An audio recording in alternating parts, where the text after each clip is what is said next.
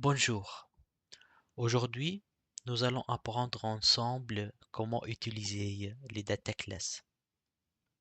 Et pour comprendre les data classes en Python, il faut d'abord comprendre leur utilité et quel genre de problèmes ils résoudent.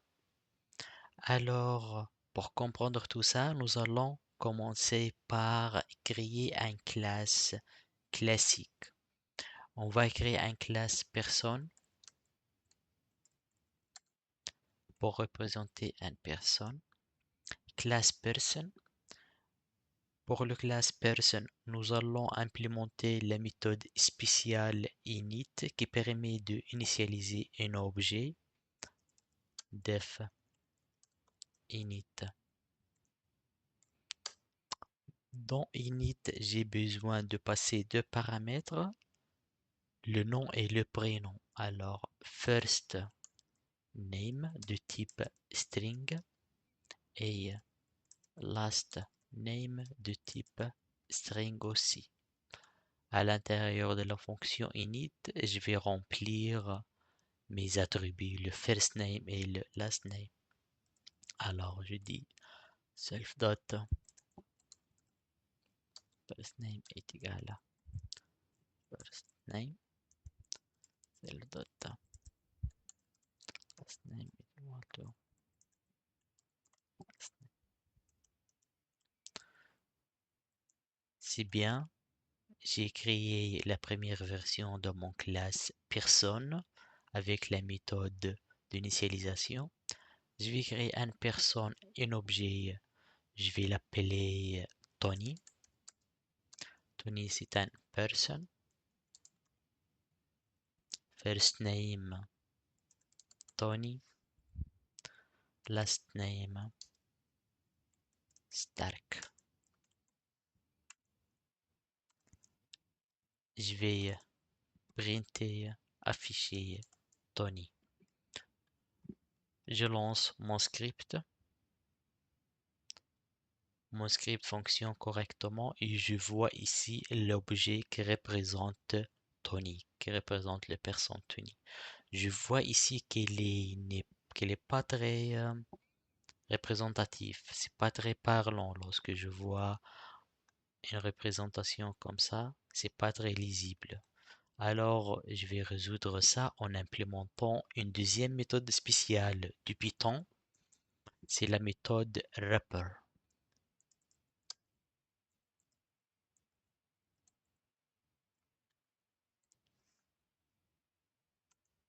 La méthode wrapper retourne un string. Ce string sera la représentation, si on peut dire technique, programmatique de l'objet personne.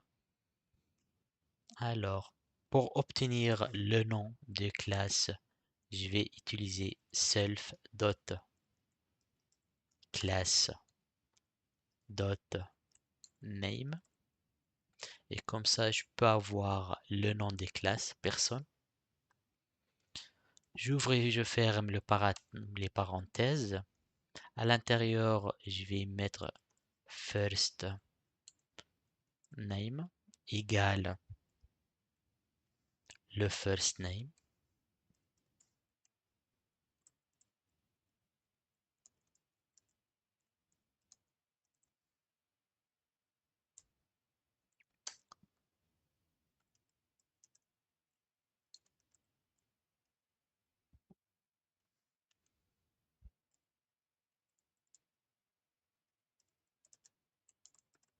Celle-là, c'est une représentation technique destinée aux programmeurs.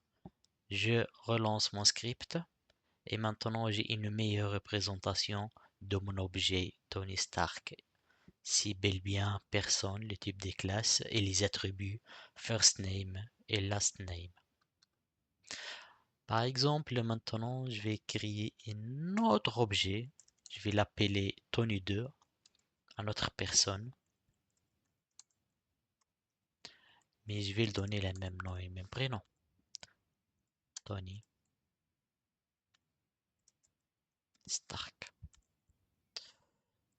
Je vais implémenter une fonctionnalité pour comparer ces deux personnes. Est-ce que Tony et Tony 2, c'est la même personne? Pour faire ça, je peux implémenter la fonction equal, une autre fonction spéciale de Python qui prend self et other. Other, c'est la deuxième objet.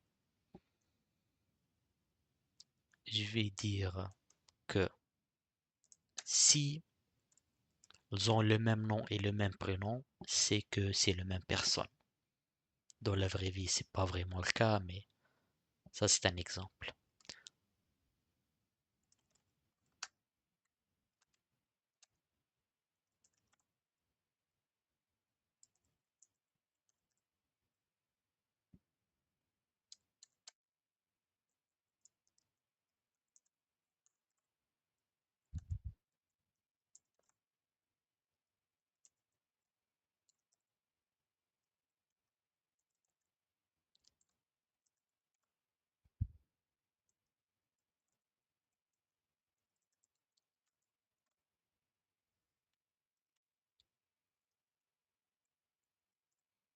Est-ce que Tony et Tony 2 c'est les mêmes personnes?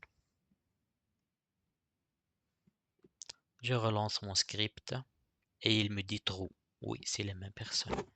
Par exemple, si je dis que la deuxième personne, elle s'appellera pas Tony Stark, mais elle s'appellera Tony Stink.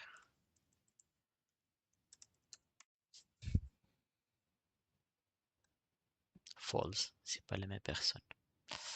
Tout ça c'est bien, mais on n'a pas encore parlé des data classes.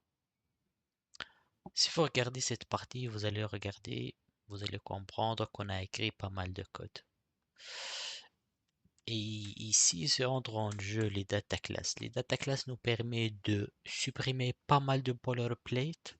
Ça nous permet de initialiser automatiquement l'objet et créer une représentation automatiquement et créer une fonction spéciale de comparaison aussi automatiquement et bien des autres fonctionnalités. Alors, je vais importer le décorateur data class from data classes import data class